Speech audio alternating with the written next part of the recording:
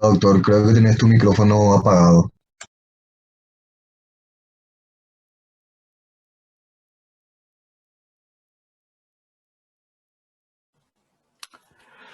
Muy buenas noches, soy el doctor Guatíez, soy el encargado de cátedra para este año. Quiero agradecer primero al señor decano, al doctor Casartelli, al doctor Fanego, que han hecho un pedido para poder continuar con la cátedra y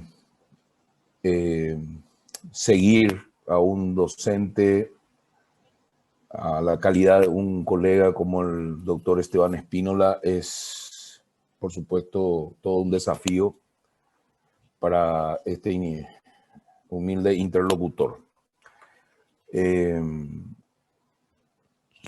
La patología quirúrgica, como su nombre lo dice, viene de patos, enfermedad, logos, logía, que significa estudio de las enfermedades, y específicamente la patología quirúrgica.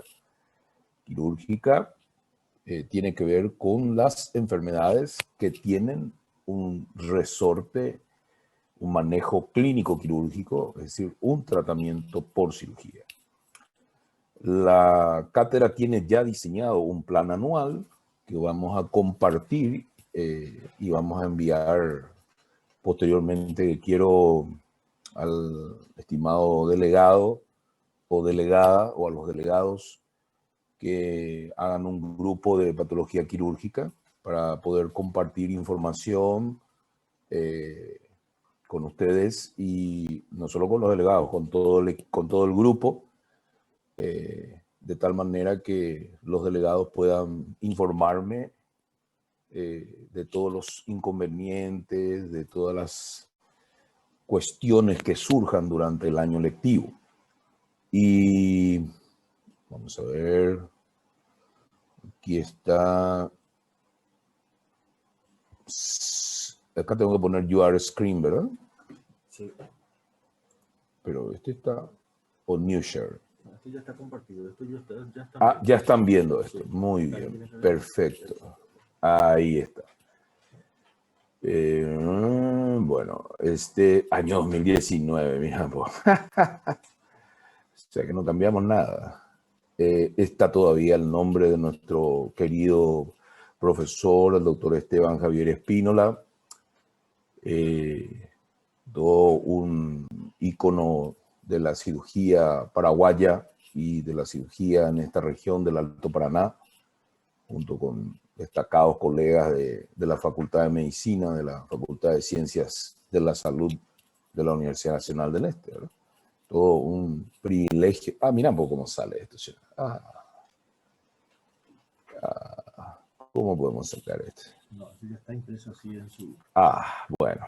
Lamentablemente estos archivos no podemos... ahí está. Brillante, brillante, brillante. Espectacular. Bueno, nosotros aquí tenemos nuestro cronograma de trabajo. Hay que cambiar estas fechas. Vamos a trabajar en esto. No tuve la oportunidad todavía de... Conozco la planificación que tiene fechas diferentes.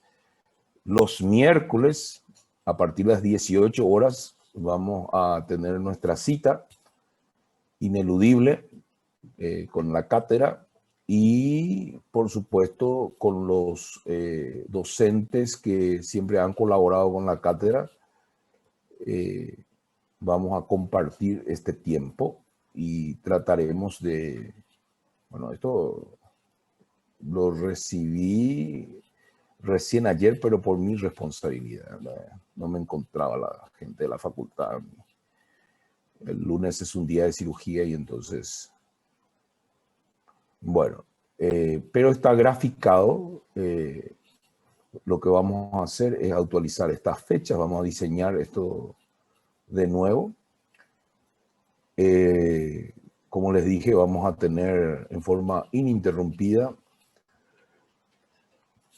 Ya no recuerdo, el delegado me va a ilustrar, o los delegados, con respecto a si hay o no algún tipo de paréntesis en agosto o en septiembre, pero en principio estos son los contenidos a desarrollar. En general, la patología quirúrgica que nuestro querido profesor, el doctor Esteban Espínola, lo hacía un poco más práctico. Teníamos prácticas también una vez a la semana. De eso vamos a ir charlando con los delegados, cómo vamos a ir desarrollando. En principio, patología quirúrgica, cuando, bueno, hace un tiempo, hace 3 décadas atrás, cuando me tuvo la oportunidad de iniciar, así como ustedes, esta asignatura, básicamente era una asignatura teórica, donde son muy importantes las definiciones. Nosotros, en general, por eso hablábamos de qué significa patos, qué significa logos, qué es patología quirúrgica. Eso se infiere de mi parte, o yo por lo menos pienso que ustedes lo entienden perfectamente. Como qué significan, ¿verdad? Hay palabras que tienen raíces griegas y otras que tienen raíces latinas.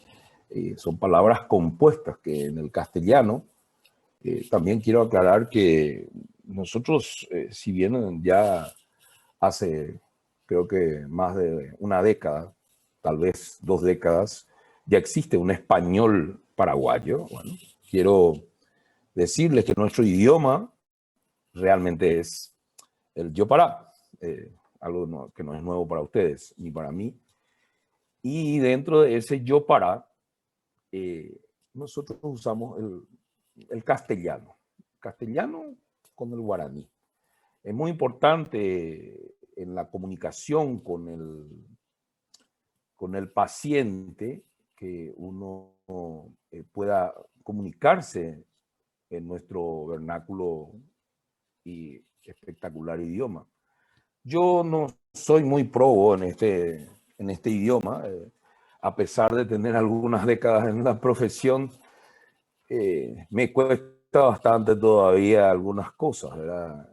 Creo que interpreto más que poder expresarme en nuestro dulce idioma, ¿verdad? Y bueno, partiendo de eso, de patología quirúrgica, es una cuestión teórica, nos adentraremos en un vasto conocimiento donde, por supuesto, se comienza con la definición de las enfermedades, con la definición de las enfermedades que afectan a ciertos órganos que en algún momento del manejo clínico quirúrgico se van a tener que extirpar. Por ejemplo, siempre que hablamos de esto con los estudiantes, para mí es básico que el estudiante tenga claro o muy claro las definiciones de los conceptos. Por dar un ejemplo que es muy, muy frecuente para nosotros los cirujanos generales, apendicitis aguda. Apendicitis aguda, itis, básicamente es proceso inflamatorio, inflamación. ¿Pero qué es la apendicitis? La apendicitis es un proceso inflamatorio infeccioso. Es una infección que provoca un proceso inflamatorio por la presencia de un fecalito, es decir, fecalito, lito, piedra, fecal, piedra de mierda o cálculo de materia fecal que obstruye el apéndice, y dentro del apéndice, como es una cavidad cerrada, terminal, como un fondo de saco,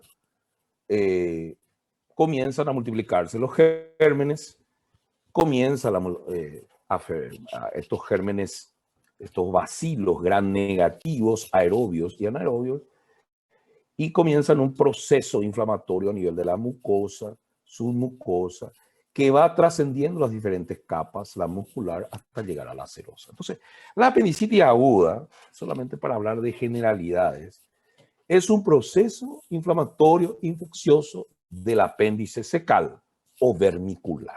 Entonces, esta definición es clave para que ustedes puedan entender lo que viene después. La causa, la etiología de esta apendicitis va a ser el fecalito. En los niños menores de 10 años, de 12 años, va a ser la hipertrofia de los folículos linfoides. En algún momento, rarísimo, puede ser un gusano, Ascaris lumbricoides. Hace poco, el año pasado, el New England Journal of Medicine, como les gusta decir a los órganos oficiales de la Facultad de Medicina de Harvard, muestra un video que se comparte gracias al newenglandjournal.org. Muestra una apendicitis aguda operada por videolaparoscopía, que hoy es el acceso estándar para tratar esta enfermedad, esta patología quirúrgica. Muestra que la apendicitis aguda está causada por Oxyurus vermicularis. Fue, por supuesto, un case report, un caso reportado, muy interesante. Muestra el video que creo que dura 2 a 5 minutos, no me acuerdo muy bien. Y cuando con la cámara enfoca el muñón apendicular, luego de hacer la apendicectomía y ponerlo en una bolsa estéril para sacarlo, se ve el movimiento de los pequeños gusanitos. El Oxyurus vermicularis es el que provoca el famoso teviremoin en el niño, ¿verdad? Que se rasca y luego hace otra vez una contaminación. Entonces, este conocimiento que ustedes han adquirido en microbiología, en parasitología, es muy importante. Esto es muy raro que ocurra una apendicitis aguda por Oxyurus vermicularis, pero bueno, para comentar y para de alguna manera vincularlo a la definición del apéndice, de la apendicitis. Bueno, entonces, hay que también recordar los conceptos de fisiología digestiva, de fisiología del aparato cardiopulmonar, de fisiología de las glándulas endócrinas. Solo tenemos enfermedades como el bocio. El Paraguay es un país, podemos decirlo, endémico, pero hay departamentos con mayor número de casos, como el departamento de la Cordillera, departamento de la Mambay, el Canindiyú, donde están los cerros, las elevaciones, donde hace décadas, antes de la iodización de la sal, abundaban los casos de bocio. Bocio básicamente es una descripción de lo que se ve, es un agrandamiento de la glándula tiroides, que puede ser difuso o multinodular. O sea, puede dibujar la glándula o puede aparecer múltiples nódulos en la región infraioidea que corresponden a este órgano. Bueno, en Paraguay esto es bastante frecuente. Tenemos a nuestro profesor, el doctor Faneo, es digamos, es un experto y a la vez es un encantado de tratar este tipo de patología quirúrgica. Entonces, es muy importante conocer cuáles son las enfermedades que nos aquejan por estar viviendo en esta zona del país. Otra patología quirúrgica muy frecuente, por lo menos hasta hace unos años, el megacolon. El megacolon conlleva, por ejemplo, una definición de agrandamiento. Colon es el intestino grueso y megacolon implica 3 palabras descriptivas para definirlo. Un agrandamiento, elongación, que significa alargamiento, e hipertrofia de la pared muscular a consecuencia de la enfermedad de Chagas. Como nosotros somos vecinos aquí un colega diría de los brazucas, brasileños, los hermanos brasileños,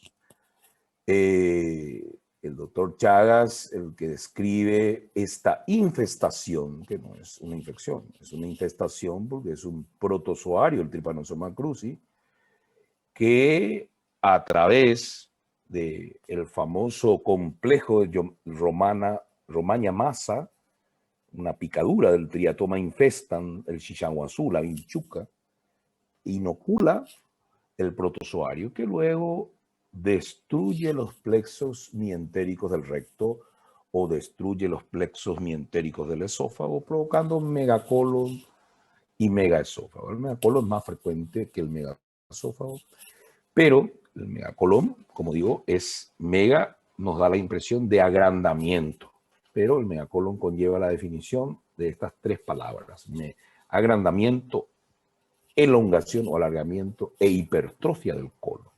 La enfermedad está en el recto porque produce la hipoganglionosis o aganglionosis de estos plexos mientéricos que son puramente parasimpáticos, el plexo de Meissner y de Auerbach. Entonces, la contracción peristáltica del colon no le sigue la onda peristáltica en el recto y el recto queda paralizado y se acumula materia fecal en el sigmoide, provocando el megacolon y la acumulación de materia fecal.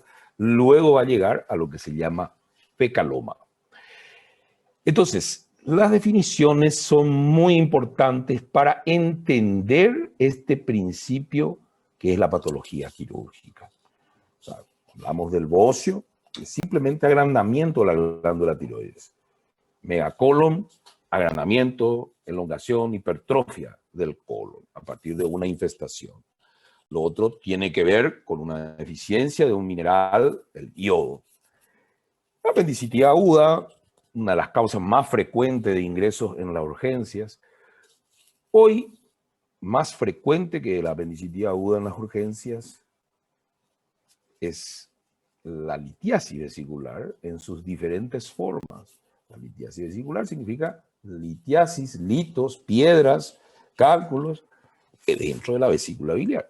Eso provoca un síndrome que se llama síndrome biliar, y el síndrome biliar es simplemente, por ejemplo, dolor o un malestar epigástrico o molestia dolorosa, que a muchos colegas no les gusta esa definición de molestia epigástrica, sino que es dolor leve o un dolor más intenso, tipo pesadez, que se inicia después de la ingestión de comidas grasas, porque la grasa, luego mezclada con el ácido graso, mezclada con el ácido clorhídrico y la pepsina, es ofrecida lentamente a través de la bomba antropilórica a la primera porción del duodeno, y esto desencadena la secreción de ciertas hormonas como la colecistoquinina, y eso contrae la vesícula biliar. Y si la vesícula biliar está enferma y tiene esos litos, tiene estos cálculos vesiculares,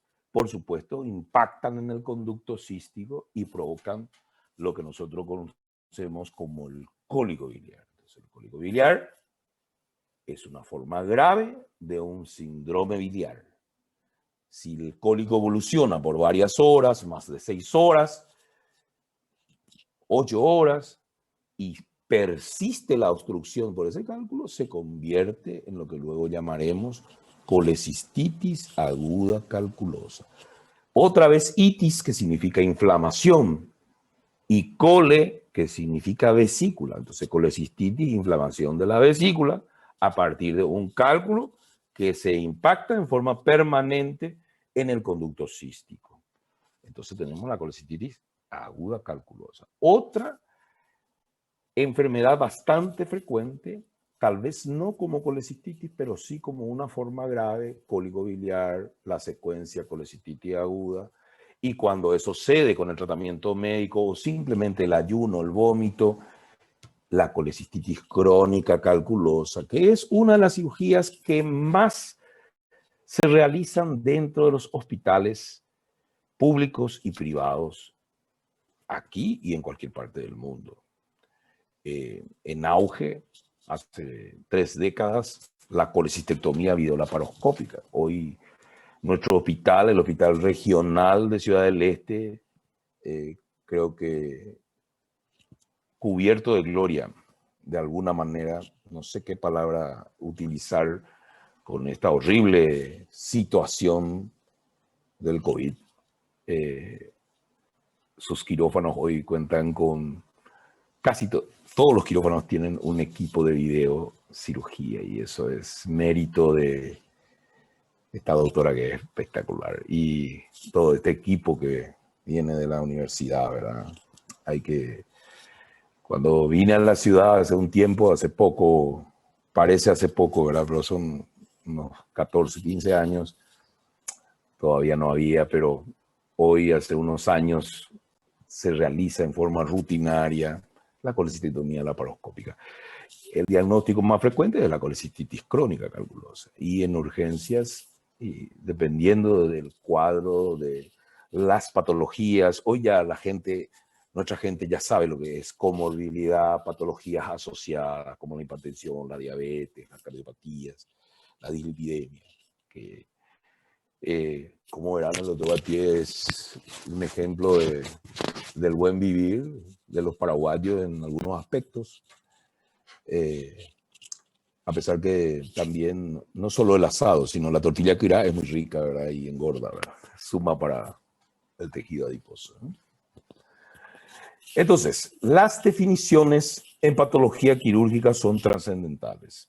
A partir de la definición, nosotros vamos a pensar, a reflexionar, a razonar, vamos a inferir la causa del itis, apendicitis, colecistitis, peritonitis, diverticulitis del colon o el megacolon, una enfermedad crónica por la infestación, la enfermedad de Chagas, o el bocio por la deficiencia de yodo. El bocio, después vamos a estudiar, puede tener síntomas de hiperfuncionamiento, de hiperfuncionalidad tiroidea o de hipotiroidismo, de niveles por debajo, o de eutiroidismo o normotiroidismo.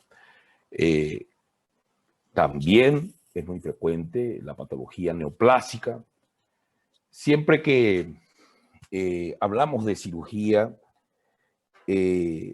la cirugía no es un compartimiento estanco, y menos la patología quirúrgica.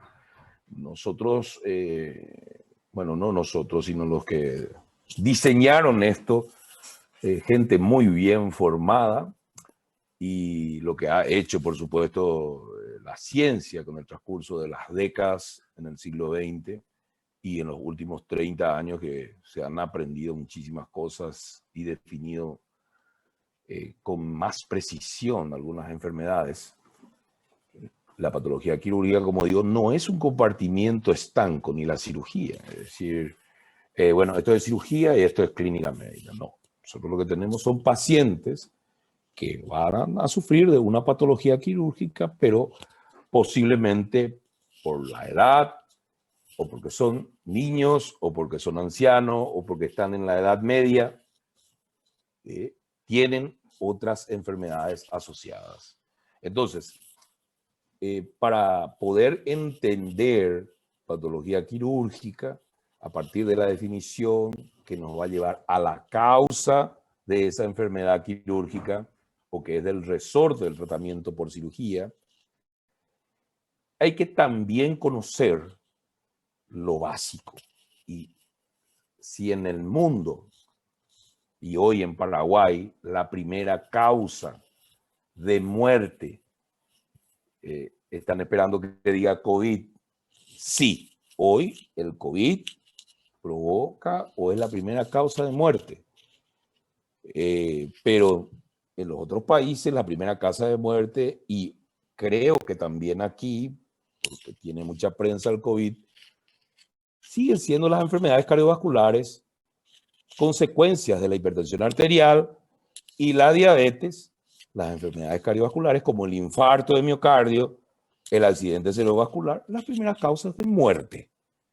Entonces, básicamente, para nosotros estudiar patología quirúrgica, y ustedes ya tienen que empezar, o ya lo tienen que tener estudiado y dominado, leído varias veces, lo que es la hipertensión arterial, lo que es la diabetes.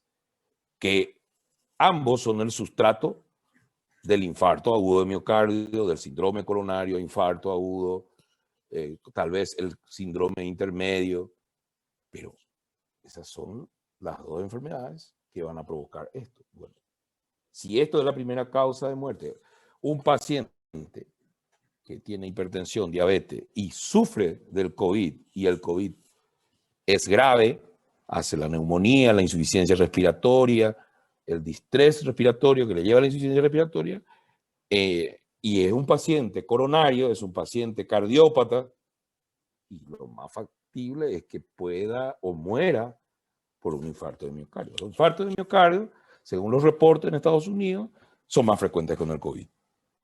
Entonces, eso hay que leer sobre el COVID y ustedes deben actualizarse permanentemente en eso, definiciones. Yo sé que, mira, lo hago yo leo y veo los videos de YouTube, me encantan los videos, y hay que suscribirse, hay algunas cosas que son serias, pero la mayoría de las cosas son no tan serias.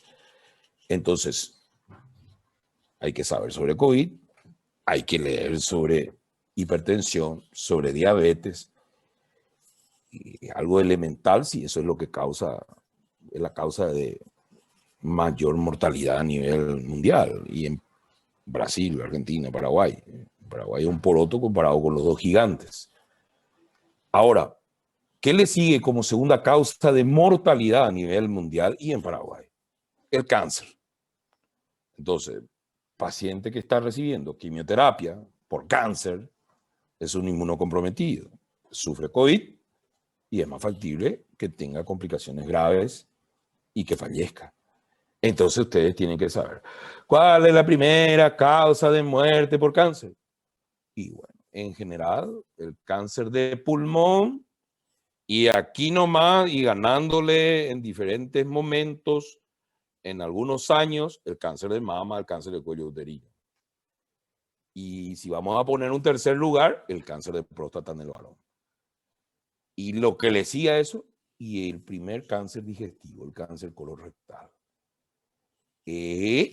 Sin olvidar que en la patología médica, las leucemias, leucosis o leucemias, el linfoma.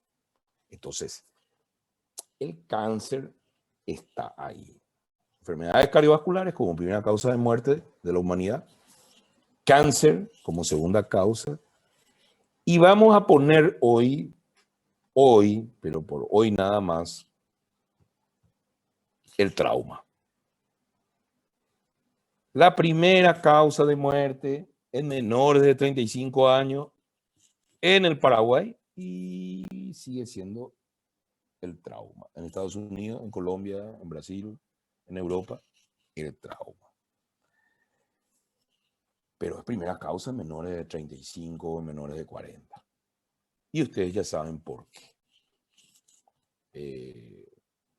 La imprudencia, las motos, una sociedad ahora, no sé si en vías de desarrollo, muy optimista, es decir, en vías de desarrollo, hoy en día. Y, por supuesto, el alcohol y los estupefacientes y otras sustancias psicoactivas. Entonces, la combinación de esto con el alcohol y la moto y la conducción imprudente nos lleva a eso. Como decía un colega, no olvidemos que a ese tercer lugar, que es el primer lugar en menores de 35 o 40 años, que es el trauma, le compite seriamente la iatrogenia. Y para eso, para evitar la iatrogenia, ¿qué significa iatros? Genia, origen. Iatros, enfermedad producida por la práctica médica. Elegí las palabras. Entonces, la iatrogenia hoy está en tercer o segundo lugar. compitiéndole seriamente al trauma y al cáncer. Y eso, la Organización Mundial de la Salud, muy desprestigiada en el último año y en los últimos meses, lo tiene muy bien claro, así como otra entidad muy desprestigiada como la OPS, que al final son organismos que nos tratan de ayudar, pero nosotros necesitamos hacer bien las cosas para que nos puedan ayudar. Entonces, ahí vamos la práctica médica de excelencia, y yo creo que ustedes, estimados estudiantes, que han llegado a este nivel, a este año lectivo, lo han hecho con esfuerzo y dedicación para ingresar a la Facultad de Medicina, y han puesto esfuerzo, dedicación y sobre todo tiempo. Tiempo que la juventud hoy permite sin inconvenientes, pero tiempo que cuando llegan las canas cada vez es menos.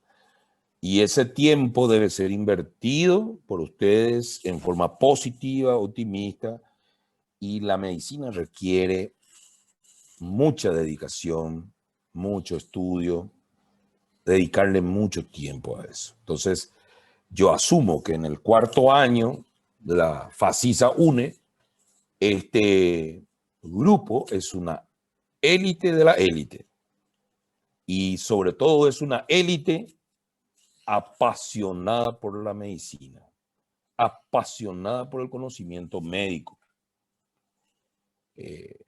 Bueno, yo lamentablemente no puedo ver de otra forma, esa es la óptica que tengo.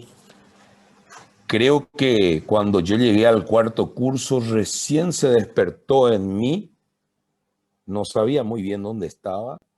En el cuarto curso uno tiene la oportunidad de la semiología quirúrgica y de la semiología médica, del contacto con el paciente, con la ciencia que te tratan de hacer entender en los primeros años y que es a veces bastante difícil.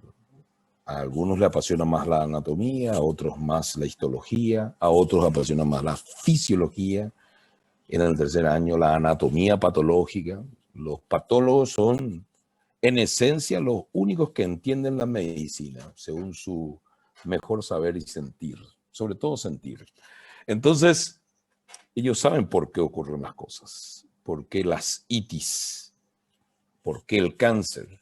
Hoy el cáncer tiene una base genética. El conocimiento del genoma humano ya tiene 2 décadas y cada vez hay más información sobre la biología molecular en el cáncer. Y esa información hoy es vital. Así como hoy, no hoy, sino en esta semana o la semana pasada estaba informando India, sobre las 2 mutaciones genéticas del COVID que están teniendo en uno de los estados hindúes. Entonces, hoy la ciencia tiene esa capacidad de definir claramente a partir de esta biología molecular.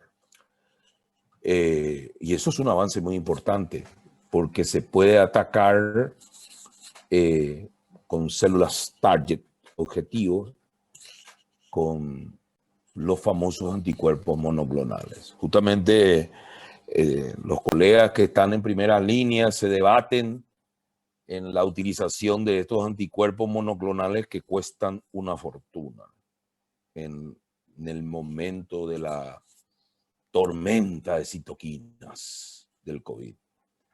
La tormenta de citoquinas vamos a ver en el proceso inflamatorio. Ahí, en nuestras generalidades, conceptos generales de inflamación, definición, etiología, patogenia, fisiopatología del proceso inflamatorio. Yo asumo, pero de una manera comprometida, que ustedes ya tienen una base sobre estos conceptos. porque sobre biología molecular y genética el doctor Guatiés no sabe nada. Pero trataremos de orientarles y ahí va. El profesor, el doctor Esteban Espínola y otros colegas siempre decían, estas clases que vamos a dar son indicativas, orientativas. El doctor Guatiés y los docentes y no tenemos la verdad, ni el conocimiento absoluto, a veces ni relativo. Entonces, volvemos al punto. Es muy importante la dedicación y el estudio. Por eso hablé de las definiciones. Las definiciones son importantes. Para mí, en cualquier test o examen oral, el alumno debe saber definir la enfermedad. Los conceptos deben ser claros. Entonces, estamos empezando bien. Y a partir de ahí vamos a construir. Por supuesto que la semiología quirúrgica en el cuadro clínico de la enfermedad, nosotros vamos a estudiar como si fuera un compartimiento estanco, pero no es así. Porque el paciente es una redundancia, es un ser humano y como ustedes bien saben, padece o puede padecer de otras enfermedades al mismo tiempo, como la hipertensión, la diabetes, dislipidemias. Entonces, obesidad. Hoy la obesidad es un problema. En Estados Unidos ya supera el 60% y en Paraguay y hasta las clases socioeconómicas muy vulnerables padecen de obesidad. La tortilla que no perdona. Engorda a todos, a ricos y pobres. Es muy rico porque tiene aceite. Todo lo que es frito es rico. Y eso probablemente nos genera muchísimos problemas. Entonces, aquí para la primera clase, que va a ser el próximo miércoles, vamos a hablar sobre infección. Hay que recordar que la infección provoca inflamación, pero hay enfermedades inmunológicas. Las colagenopatías, las enfermedades del colágeno, tienen una base inmunológica, es decir, el sistema inmunológico reconoce como un agresor a estas fibras colágenas del tejido conjuntivo conectivo y provoca un proceso inflamatorio. El lupus eritematoso sistémico, la artritis reumatoidea y otras colagenopatías que no son infrecuentes, al contrario, hay un aumento también en la frecuencia de estas enfermedades inmunológicas, provocan cuadros de inmunocompromiso. Y un paciente que está tratado, por ejemplo, de una artritis reumatoidea, con estos medicamentos que yo les tengo tanto miedo a estos anticuerpos monoclonales, el tocilizumab, se usan en el COVID, qué coincidencia, utilizan en los pacientes con artritis reumatoidea. Este anticuerpo monoclonal provoca un compromiso inmunológico y el paciente puede sufrir un COVID grave y otras infecciones como una apendicitis aguda. O sea, no porque el paciente tenga un lupus o una artritis reumatoidea u otra colágenopatía, no puede sufrir una apendicitis aguda o simplemente, como muestra aquí en nuestro programa, un absceso, un forúnculo. Y en el contexto de este tipo de pacientes, eso es muy grave. Decía otro colega que nosotros tenemos 3 tipos de respuesta inmunológica. Está el que reacciona exageradamente al inóculo, ya sea bacteriano, viral, o sea un reconocimiento de una fibra colágena como algo externo al organismo. Entonces hay una exageración de la respuesta inmunológica. Eso es lo que pasa en la fase de tormenta de citoquinas en el COVID, que lo describen los inmunólogos, los clínicos, los infectólogos de una manera espectacular hoy en día, con una cantidad de mediadores químicos de la inflamación, intermediarios de la inflamación, las interleuquinas. Hoy se dosa la interleuquina IL-6. Bueno, si eso se mantiene elevado en cierto momento del COVID, utilizan este anticuerpo monoclonal. Ahora el otro, el vatiricinib, y una serie de ticinib que existen, cada uno cuesta más caro que otro, imposible de pagar. Y bueno, no sé, se espera cuando ocurre. Todas estas medicaciones tienen un impacto en ese momento de una respuesta exagerada. Otro tipo de respuesta inmunológica es la respuesta normal, es la respuesta adecuada, no una respuesta exagerada, porque la respuesta exagerada puede provocar la disfunción orgánica múltiple de órganos target, de órganos blancos como el riñón, el pulmón, el sistema de coagulación, el corazón, el sistema neurológico, o el sistema endocrino, o neurohormono endocrino, como se lo llama. Acabo de inventar esa palabra juntando porque sé que existen estos mediadores, estos neurotransmisores asociados a las hormonas y están involucrados con otros precursores, que para mí es chino mandarín. Pero hay que conocer qué es lo que provoca esto. Entonces, está la respuesta inmunológica exagerada, como la tormenta de citoquina en determinados tipos de pacientes que son afectados por COVID. Los que responden normalmente, la respuesta es adecuada, son los pacientes que se salvan. Son los pacientes que no requieren de estos anticuerpos monoclonales que cuestan una enormidad. Y así como existe una respuesta exagerada inmunológica, existe una respuesta por debajo de lo normal. Los que están en los extremos provocan daño y este daño a estos órganos blancos como el riñón, el pulmón, el corazón, el sistema de coagulación, el sistema neurológico, también provocan daño cuando es en menos la respuesta inmunológica. Entonces, acá en infección debemos definir. Hace rato cuando tomé el concepto de megacolon, en Paraguay el megacolon es parte de la enfermedad de Chagas. Infestación. ¿Por qué? Porque el protozoario, el Trypanosoma cruzi, es del reino animal. Cuando hablamos de infección bacteriana, fúngica, hongos, y de infección viral.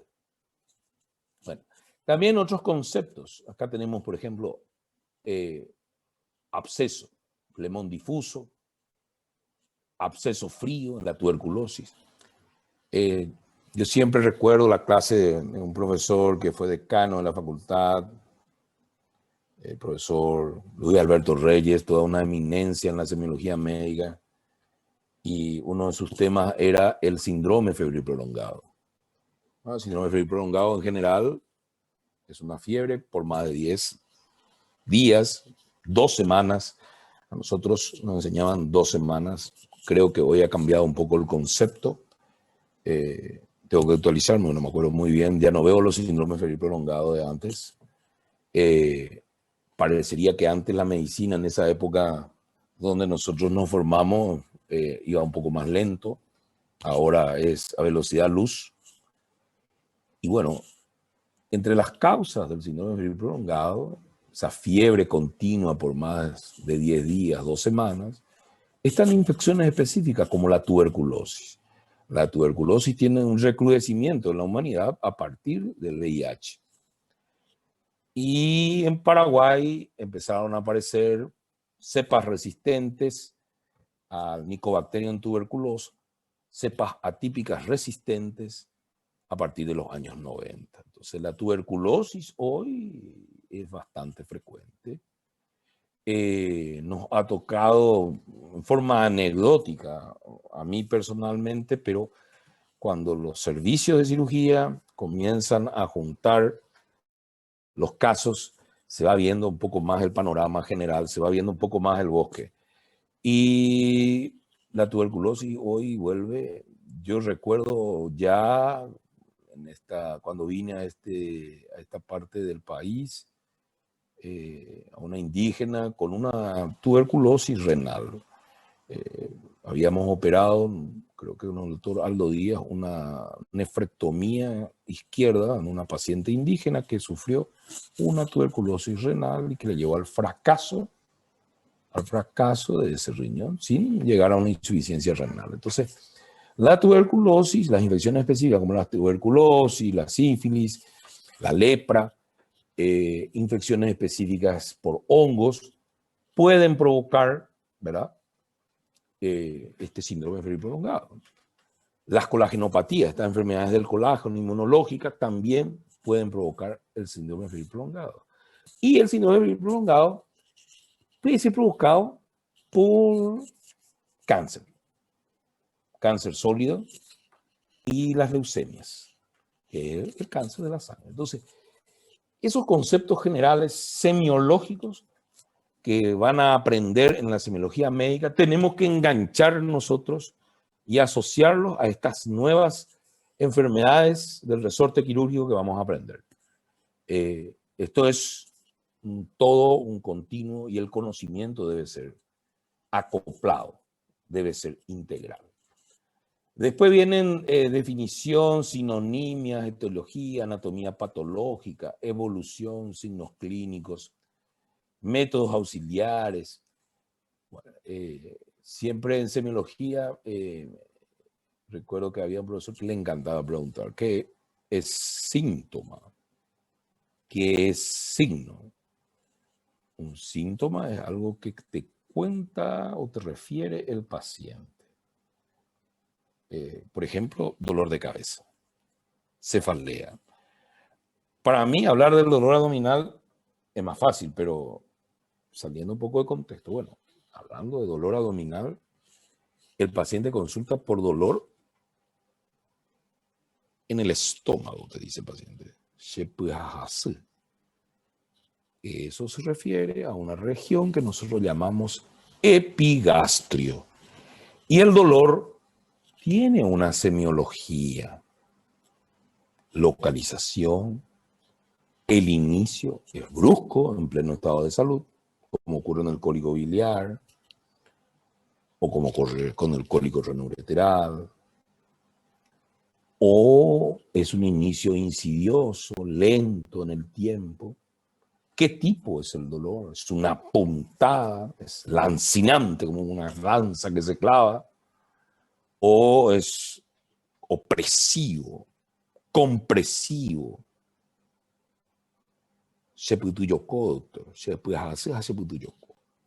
Me ataja la respiración, el dolor. Luego viene la irradiación. Ese dolor se corre, en el caso del cólico biliar, hacia la punta de la escápula del lado derecho, hacia el vértice de la escápula del lado derecho. O comienza en el flanco derecho o en el flanco izquierdo o en la región lumbar derecha o en la región lumbar y se irradia hacia los genitales. Entonces, una cosa es la irradiación, otra cosa es la migración. Lo van a ir aprendiendo en semiología quirúrgica, en semiología médica. Entonces, la semiología del dolor. Tenemos el dolor que refiere el paciente como un síntoma. Entonces, una manifestación subjetiva. Y cuando el dolor se convierte en un signo, y se convierte en un signo cuando nosotros observamos la fase sufriente, la cara del que sufre el dolor y señala el dolor. Entonces, los signos son una manifestación objetiva de una enfermedad y los síntomas son manifestaciones subjetivas, en lo que refiere el paciente. Entonces, esas dos cosas deben estar claras. Eso preguntaba un maestro de la medicina. ¿No me escuchan? ¿Se escucha? Te estamos escuchando, doctor. Sí, doctor. No, por la duda nomás, porque por ahí están dormidos, ¿eh? Yo ya me dormí con todo lo que estoy diciendo. No, doctor, te estamos escuchando.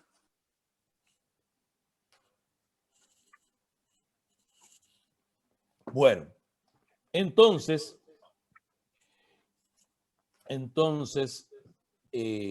luego de la definición, entender, conocer la causa que provoca esta enfermedad quirúrgica, esta patología quirúrgica, nos adentramos en lo que es el cuadro clínico. Ahí vamos a aplicar la semiología del dolor.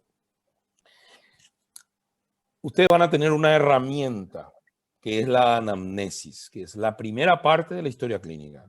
La anamnesis es lo que se conoce como el interrogatorio, donde nosotros vamos a preguntar al paciente y lo vamos a convertir en lo que es un ser humano. Vamos a preguntarle su nombre, su edad, su fecha de nacimiento, los otros detalles que se agrupan en lo que se llaman datos de filiación.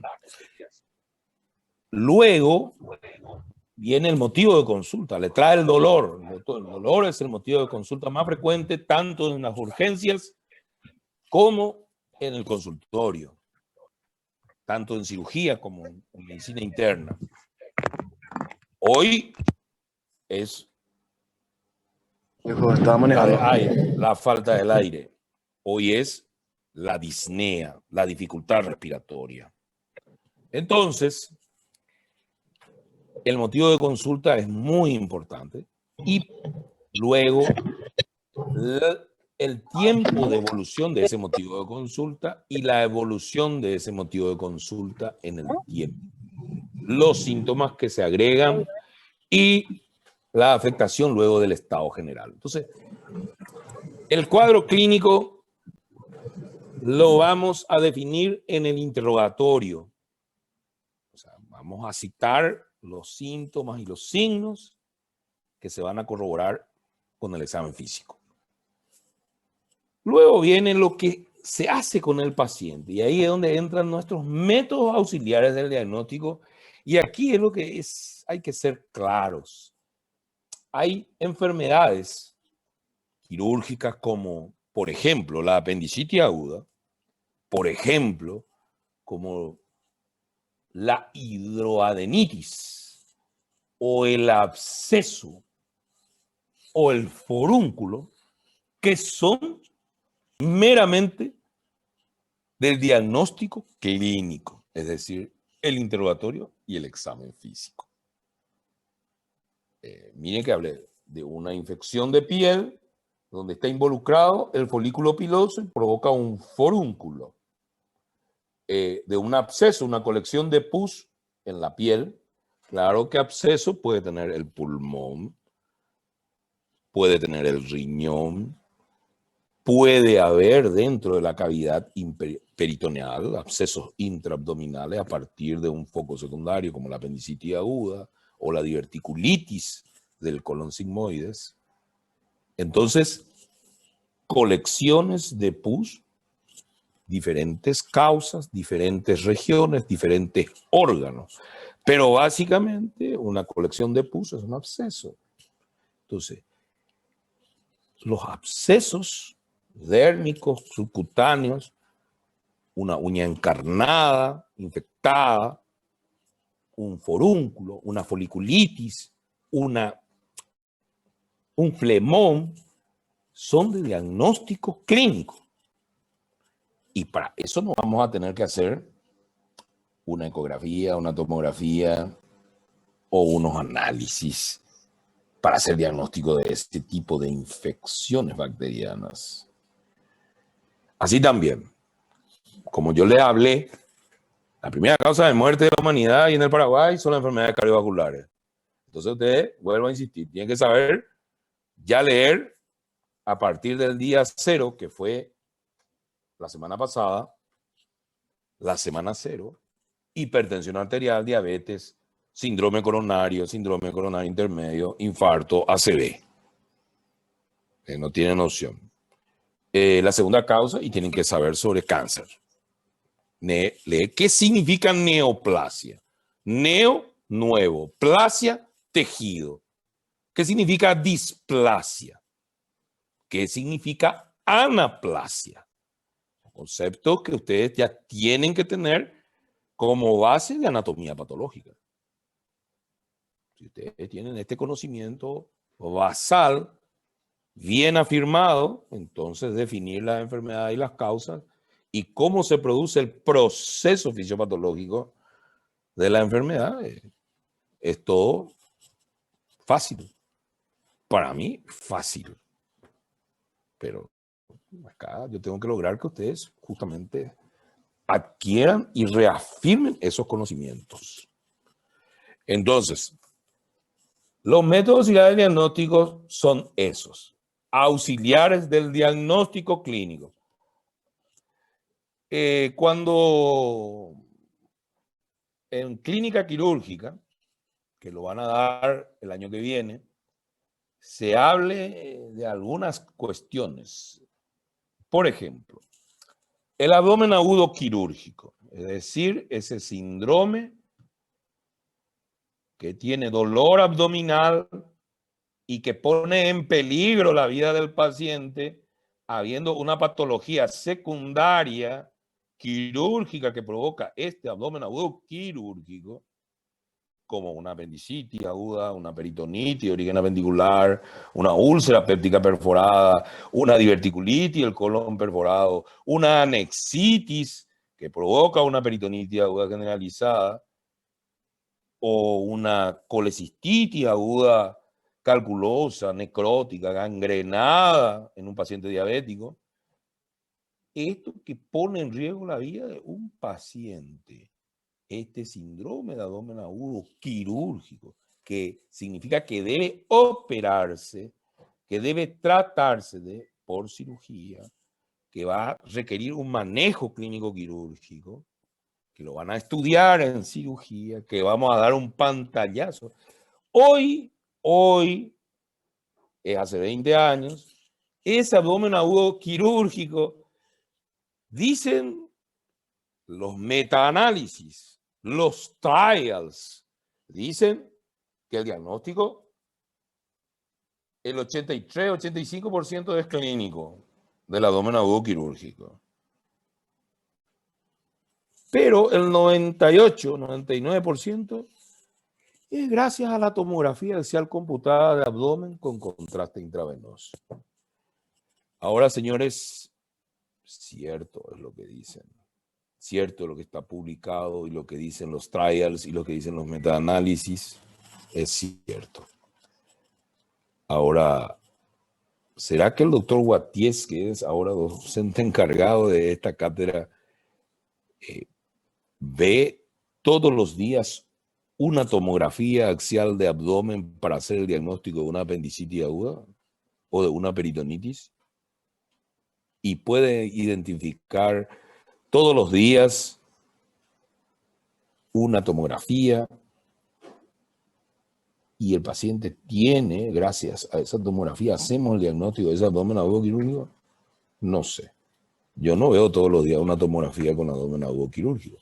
Probablemente mis colegas que trabajan duramente en el hospital regional, que hacen otras guardias en IPS, que hacen otras guardias en otros hospitales, en otras instituciones privadas, vean en cada guardia un paciente con dolor abdominal y una posible apendicitis o una peritonitis tal vez de origen apendicular. Pero la mayoría de las veces el diagnóstico va a ser clínico. Y eso es lo que nosotros tenemos que aprender en este proceso de adquisición de conocimientos y de competencias, que es lo que nos espera en el cuarto, en el quinto año y luego en el internado. Nosotros vamos a repetir en el proceso de esta carrera varias veces las definiciones Vamos a resaltar varias veces los síntomas, los signos que vamos a obtener gracias a la anamnesis, gracias al examen físico, para llegar a un diagnóstico clínico. Solo con un buen diagnóstico se puede hacer un buen tratamiento. Y es cierto, la tomografía axial computada de abdomen hoy hace el diagnóstico. No, no es cierto. Es cierto, pero no es cierto. Porque el que tiene que hacer el diagnóstico es el médico. Y el médico para eso debe estar entrenado.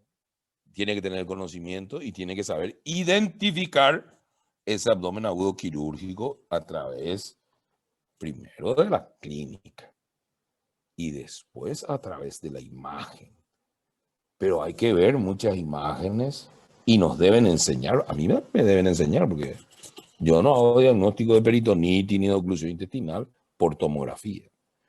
Pero preguntamos a los colegas un poco más jóvenes, que tienen 1 década o 2 décadas de práctica y posiblemente van a responder la clínica y la tomografía.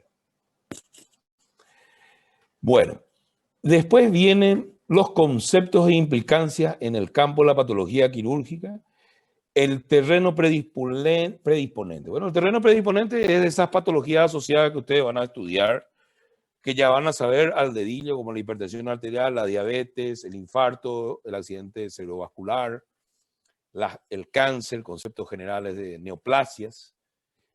Eso es el terreno predisponente. Las colagenopatías. Ahora, virulencia a los gérmenes. Esto creaba ciertas confusiones en años anteriores. Virulencia a los gérmenes. Bueno, más que nunca ahora en el COVID se habla de que la cepa P1 de Manaus, lo digo de esa manera porque realmente yo no sé, leo sobre este asunto, pero no llego a aprender. Evidentemente mi capacidad para aprender sobre estas cosas de la medicina interna, soy durísimo para eso. Me cuestan, pero la cepa esta P1 que mencionan tanto es más virulenta, significa más agresiva. No es solo más contagiosa, sino que es más agresiva. Y yo entiendo que esta cepa invade esa célula somática, cualquier célula somática, sobre todo a nivel del pulmón, de una manera más agresiva, se multiplica más rápidamente y mata a la célula. Y así sucesivamente a esa infinidad de células que forman un tejido, a esa infinidad o esos conjuntos de tejidos que forman un órgano. Entonces, a eso se refiere probablemente la virulencia. Luego viene el pronóstico. El pronóstico, cuando una enfermedad que se va a resolver por cirugía, un absceso, una apendicitis aguda, y el paciente es joven, y por supuesto que el paciente tiene más posibilidades de recuperación. Hoy con la medicina, hoy con los avances de la medicina, del manejo clínico quirúrgico del paciente, eso implica la internación, la hidratación con los líquidos, ya sean cristaloides o coloides, las transfusiones, los antibióticos, los antivirales, los anticuerpos monoclonales. Hoy, digamos que tenemos un poco más de chance para resolver. Por supuesto que no vamos a usar los anticuerpos monoclonales en una apendicitis aguda ni en un absceso, pero como estamos en este tema y hay que aprovechar lo que se está avanzando en la ciencia, ustedes están mucho más frescos y no los veo, pero sé que pueden aprender mucho más que yo. Ustedes están más capacitados para la multitarea y para estas cuestiones que tienen que ver con la informática. Ahora no es tan difícil que yo prenda la computadora, ya sé prender dónde está el on-off. Y ahí entrar en el Zoom y es más fácil ahora. Me instalaron y qué sé yo. yo puedo, ya sé que con la flechita puedo clicar y entro ahí para, sé dónde hay que compartir. Y ustedes me avisan, doctor, no se escucha, no se le ve, no se ve nada. Bueno, entonces, gracias a ustedes. Luego viene concepto básico del tratamiento. Bueno, en patología quirúrgica el tratamiento es cirugía. Cuando hay pus, hay un principio que a mí me encanta, es un principio de Hipócrates. Ibi pus, ibi evacue. Ibi pus, ibi evacue. O ibu pus, no me acuerdo más bien. Ibi pus, ibi evacue. Donde hay pus, se debe evacuar. Entonces, tenemos varios colegas cirujanos que hacen todo lo que es ecoguiado, es decir, guiado por una herramienta hoy extraordinaria que es la ecografía, y punzan directamente un absceso, ya sea un absceso intraabdominal o un absceso alrededor del riñón o un absceso intrarrenal o una colección pericolónica peridiverticular, y lo pueden drenar con un tubito que tiene múltiples agujeros, más los antibióticos, la corrección de cualquier alteración metabólica como la diabetes, la insulina, los controles, se puede lograr la curación. Y luego encarar el tratamiento definitivo. Por eso los conceptos básicos del tratamiento hoy, en este caso de las patologías quirúrgicas, son generalmente del resorte de la cirugía, del tratamiento por cirugía. En el caso de una infección y una colección de pus, donde hay colección de pus, se drena, se evacua y se le agregan antibióticos. Cuando hay una peritonitis, se trata la causa de la peritonitis. Hace poco yo le había dicho que la apendicitis es el proceso inflamatorio infeccioso del apéndice vermicular o cecal. La causa, la obstrucción del apéndice por un fecalito o la hipertrofia de los folículos linfoides. Bueno, esa apendicitis se puede perforar y provocar una peritonitis. ¿Qué es la peritonitis? Y es un proceso inflamatorio infeccioso de la cavidad peritoneal, que tiene una hoja parietal y tiene una hoja visceral. Ese proceso inflamatorio infeccioso está causado por la perforación de esa apendicitis y es una peritonitis secundaria. Cuando entremos en el tema de las peritonitis, vamos a saber que las peritonitis pueden ser primarias, secundarias y terciarias. Pero generalmente las secundarias son del resorte del tratamiento por cirugía. Entonces es una patología quirúrgica. Entonces, en el enfoque del manejo de esa peritonitis aguda de origen apendicular por perforación de esa apendicitis aguda, está la cirugía. Hay que primero extirpar el foco séptico, que es el apéndice perforado, se hace la apendicectomía, se aspira la secreción purulenta que hay en la cavidad peritoneal, se lava la cavidad peritoneal con suero fisiológico estéril, tibio, a temperatura corporal a 37 grados centígrados, y posteriormente se hace el drenaje de la cavidad. En general, esos son los conceptos básicos. Tratamiento del foco séptico, aspirado de pus, lavado y drenaje. Hoy prácticamente no se usa el drenaje. Bueno, hace 20 años. Yo cuando digo hoy es hace 20 años. Estoy muy atrasado. Pero a eso hay que agregarle el soporte hídrico, la hidratación para enterar que vamos a hacer con suero fisiológico o suero Ringer o un suero glucosado con electrolitos. Hay que aportarle líquido para que el riñón funcione, para que orine, para que tenga buena perfusión cerebral, el paciente esté despierto. Y vamos a agregar el antibiótico que va a tratar esa infección bacteriana provocada por la apendicitis aguda. Entonces, tiene ese enfoque. Los conceptos básicos de tratamiento: una apendicitis aguda y apendicectomía. Una peritonitis y tratamiento del foco séptico. Si es de origen apendicular, apendicectomía, aspirado de la pus, lavado de la cavidad peritoneal, hidratación, antibióticos. ¿Qué antibióticos? Y los antibióticos que son específicos para esta infección bacteriana por bacilos gram negativos aerobios, como la Escherichia coli, Klebsiella, Proteus serratia, o el Bacteroides fragilis, que es el bacilo gram negativo anaerobio. Entonces, esos son los conceptos básicos del tratamiento. Si es un absceso de la piel a partir de una foliculitis y es ubipus y dievacue, vamos a hacer una incisión y vamos a drenar, evacuar el pus y le vamos a dar un antibiótico. Ese es el tratamiento y algo para el dolor. Por supuesto, no le vamos a drenar el absceso sin anestesia. Hay que hacer anestesia.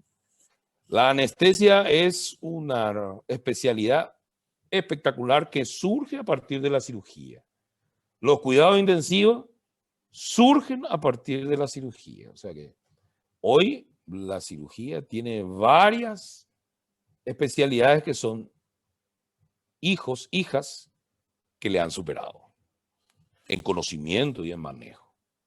Los grandes avances de la cirugía ocurren en los años 90, a finales de los 80, 90, con el desarrollo de estos sistemas de imágenes, de estos sistemas digitales del high definition, de la videocirugía.